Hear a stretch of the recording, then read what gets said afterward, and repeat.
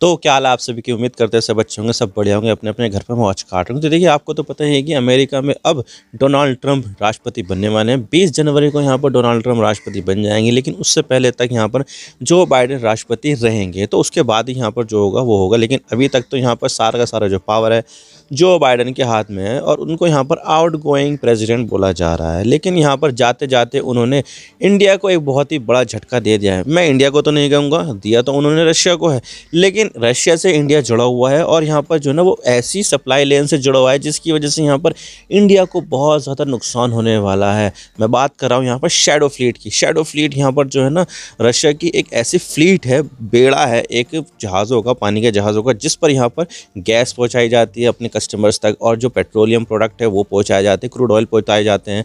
तो ये जो शैडो फ्लीट है वो यहाँ पर वेस्टर्न इंश्योरेंस कंपनियों से यहाँ पर जो है ना इंश्योर्ड नहीं रहती है, और इसके अलावा जीपीएस पर भी इसकी मौजूदगी बिल्कुल भी नहीं रहती। ये पूरी तरह से शैडो में काम करती है। इसके बारे में कोई आइडिया नहीं है कि ये कहाँ जा रहे हैं, किसके पास जा रहे हैं, उनके पास मटेरियल क्या क्या है।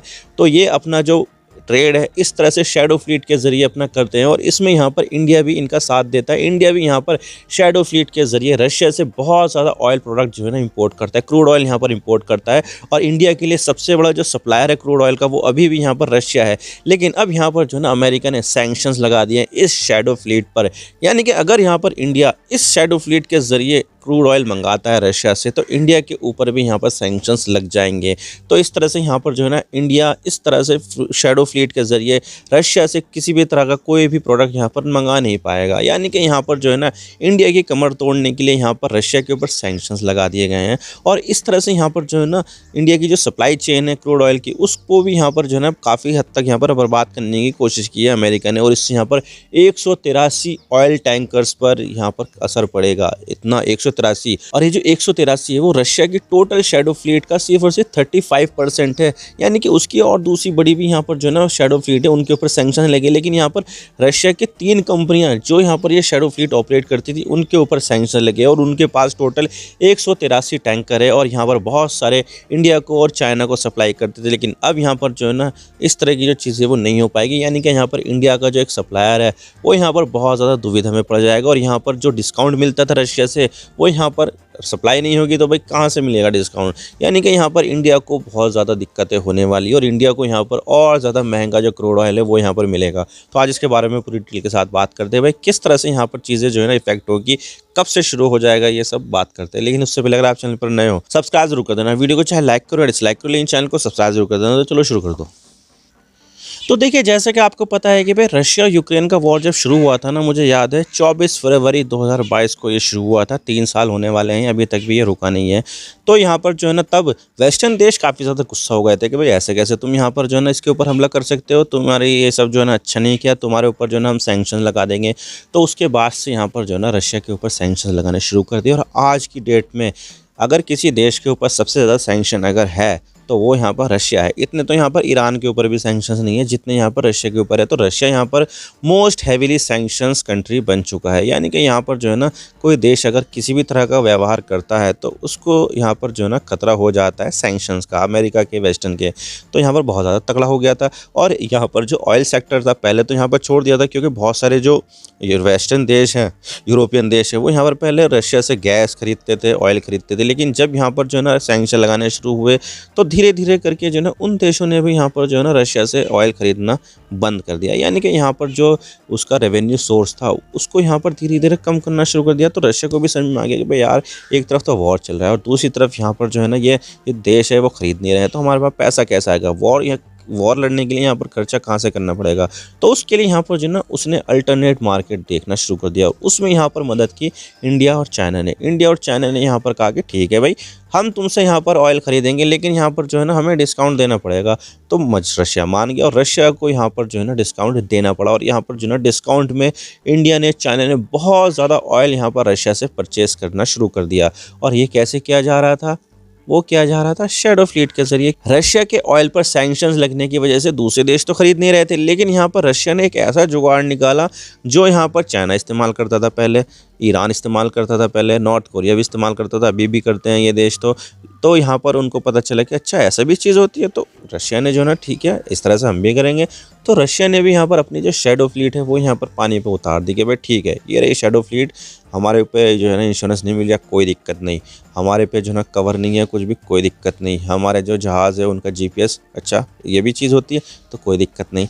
तो इस तरह से यहाँ पर जो है ना उसने जहाज़ जो है ना पानी पे उतार दिया कि भाई ये जो है ना शैडो फ्लीट है, इसकी कोई भी डिटेल यहाँ पर मैरी टाइम जो चीज़ें ट्रेडिंग वगैरह चलती है, GPS डेटा होता है वो हम कुछ भी शो नहीं करेंगे। यानी कि यहाँ पर जो शैडो फ्लीट थी उसके बारे में कोई आइडिया नहीं है, कहाँ से निकली है, कहाँ जाएगी है और इसके अंदर क्या क्या सामान है। तो इस तरह से यहाँ पर व्यापार शुरू कर दिया रशिया ने कि भाई ठीक है अब हम इसी तरह से व्यापार करना शुरू कर देंगे। तो कई सालों तक यहाँ पर ये चलता रहा और ये जो अमेरिका और वेस्टर्न देश है ये भी परेशान हो गए थे, अच्छा यार ये जो है ना बहुत ज़्यादा दिक्कत दे रहा है यार ये, और यहाँ पर जो है ना ये शैडो फ्लीट के ज़रिए हमने इतने सैंक्शन लगा दिए थे, लेकिन शैडो फ्लीट के ज़रिए यहाँ पर जो है ना सारे के सारे जो सैंक्शन हैं वो सारे के सारे फेल हो गए हैं। तो भाई ये जो शैडो फ्लीट है इसी के ऊपर ही हम क्यों ना सैंक्शन लगाने। तो रिसेंटली यहाँ पर जो बाइडेन जो यहाँ पर अपना पद छोड़ने वाले ही हैं, तो जाते जाते उन्होंने यहाँ पर रशिया के जो ऑयल टैंकर्स हैं, ये शैडो फ्लीट्स हैं, उनके ऊपर सैंक्शंस लगा दिए हैं। और यानी कि यहाँ पर जो है ना इंडिया को जो सप्लाई मिलती थी डिस्काउंट में मिलती थी, मार्केट रेट से 20% 25% तक का डिस्काउंट यहाँ पर रशिया देता था, वो सब की सब जो है ना सप्लाई अब यहाँ पर इंडिया को नहीं होने वाली। यानी कि अब यहाँ पर इंडिया को जो गल्फ देश है, जो मिडिल ईस्ट के देश है, उनसे यहाँ पर ऑयल खरीदना पड़ेगा और यहाँ पर वहाँ से डिस्काउंट मिलेगा भी नहीं। तो इसका मतलब यहाँ पर यह है कि इंडिया को यहाँ पर इस चीज़ से बहुत ज़्यादा नुकसान होने वाला है। और ये जो नुकसान होगा ना वो बिलियंस ऑफ डॉलर्स में होगा, क्योंकि भारत का जो विदेशी मुद्रा भंडार है ना उसका जो सबसे ज़्यादा पैसा अगर किसी चीज़ पर खर्च किया जाता है ना तो वो ऑयल को इंपोर्ट करने में किया जाता है। और पिछले साल यहाँ पर जो ना 120 बिलियन से भी ज़्यादा का जो ऑयल है वो इंडिया ने इंपोर्ट किया था। यानी कि अगर यहाँ पर हम 25% का डिस्काउंट जो मिल रहा था उसको हटा दें तो ये जो आंकड़ा है ना वो 150 बिलियन तक चले जाएगा। यानी कि इंडिया को जो है ना इसमें बहुत ज़्यादा नुकसान होने वाला है। लेकिन अब सवाल यहाँ पर यह आता है कि ये जो सैंक्शंस लगे हैं ना रशिया की शैडो फ्लीट पर, उसका असर इंडिया पर कब से शुरू होगा। तो देखिए अभी तक जो 10 तारीख तक के जो ऑर्डर्स थे यहाँ पर, तो उसके ऊपर तो बिल्कुल भी असर नहीं पड़ने वाला है, क्योंकि रशिया ने के ऊपर जो सैंक्शन लगे हुए हैं ये अभी वो 10 तारीख से लग गए हैं। यानी कि जो भी ऑर्डर यहाँ पर 10 तारीख से पहले पहले का बुक हो गया होगा तो वो ऑर्डर तो यहाँ पर डिलीवर हो जाएगा, उसको डिलीवर होने में यहाँ पर 2 से 3 महीने लग जाएंगे। तो उसके बाद यहाँ पर दिक्कत आ जाएगी, क्योंकि तब की जो सप्लाई है उसको हासिल करने के लिए हमें यहाँ पर जो है ना मिडिल ईस्ट से सप्लाई लेनी पड़ेगी। तो 2-3 महीने तक तो यहाँ पर इंडिया के ऊपर कोई असर नहीं पड़ने वाला, लेकिन उसके बाद से दिक्कत होनी शुरू हो जाएगी, क्योंकि तब यहाँ पर रशिया का ऑयल नहीं आएगा। तो तब यहाँ पर जो है ना जो बिना डिस्काउंट वाला जो ऑयल है मिडिल ईस्ट से जो आएगा उससे यहाँ पर जो है ना इंडिया को और ज़्यादा पैसा खर्च करना पड़ेगा। और तब यहाँ पर हो सकता है कि जो प्राइस है पेट्रोल के प्राइस है वो यहाँ पर बढ़ भी जाए, और इससे यहाँ पर जो है ना जो महंगाई है वो यहाँ पर भी बढ़ सकती है। क्योंकि देखिए जो क्रूड ऑयल है ना उससे यहाँ पर डायरेक्टली महंगाई जो है ना इंटरलिंक्ड है। अगर यहाँ पर जो है ना क्रूड ऑयल की कीमत बढ़ेगी तो पेट्रोल डीजल की भी कीमत बढ़ जाएगी, और इससे जो शिपिंग है लॉजिस्टिक्स की जो कॉस्ट है वो यहाँ पर बढ़ जाएगी काफ़ी हद तक। और अगर यहाँ पर इसकी कॉस्ट बढ़ जाएगी तो जो गुड्स वो ट्रांसपोर्ट करेंगे व्हीकल्स, तो उनकी भी कॉस्ट बढ़ जाएगी, और उससे यहाँ पर अल्टीमेटली क्या होगा उसकी जो कीमत है वो यहाँ पर कंज्यूमर्स को और ज़्यादा चुकानी पड़ेगी, और यहाँ पर महंगाई और ज़्यादा बढ़ जाएगी। तो भाई देखिए जो क्रूड ऑयल है ना उससे सारी की सारी जो चीज़ें वो इंटरलिंक्ड है। अगर यहाँ पर क्रूड ऑयल की कीमत बढ़ जाती है तो तब यहाँ पर लॉजिस्टिक्स की कीमत बढ़ेगी और महंगाई इससे अल्टीमेटली बढ़ेगी। और अब यहाँ पर रशिया की भी कोशिश होगी कि भाई यहाँ पर जो ना किसी तरह से जो सैंक्शंस है उनसे यहाँ पर बच जाए। और उसके लिए यहाँ पर क्या होगा कि भाई ये जो रशिया है वो नए से नए टैंकर बनाएगा, और बहुत सारी जो है ना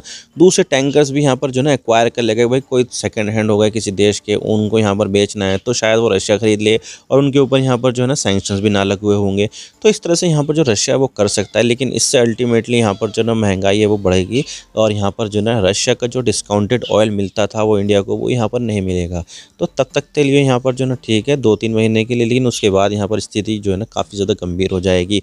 और ये जो गंभीर स्थिति रहेगी वो यहाँ पर आने वाले समय में शायद चेंज हो भी सकती है, क्योंकि 20 तारीख को यहाँ पर डोनाल्ड ट्रंप जो है ना राष्ट्रपति बन जाएंगे। तो उसके बाद यहाँ पर देखने को मिल सकता है कि हो सकता है कि रशिया और यूक्रेन के बीच में एक पीस डील भी साइन हो जाए और ये जो वॉर है वो यहाँ पर रुक जाए। क्योंकि यहाँ पर डोनाल्ड ट्रंप जब राष्ट्रपति बनने वाले थे तो उन्होंने यहाँ पर सीधा सीधा कह दिया था कि भाई मैं जो हूँ ना ये जो वॉर है वो पहले दिन ही ख़त्म करवा दूंगा।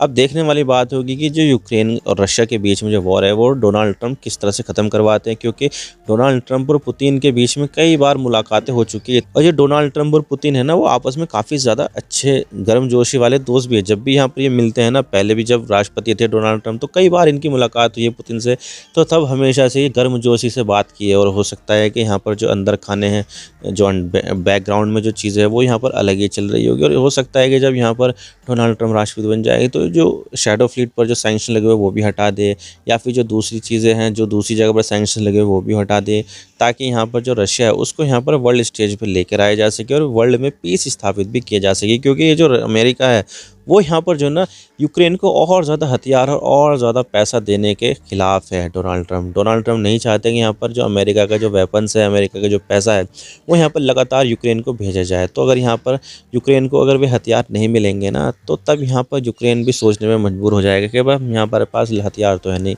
लड़ेंगे तो लड़ेंगे किस तरह से।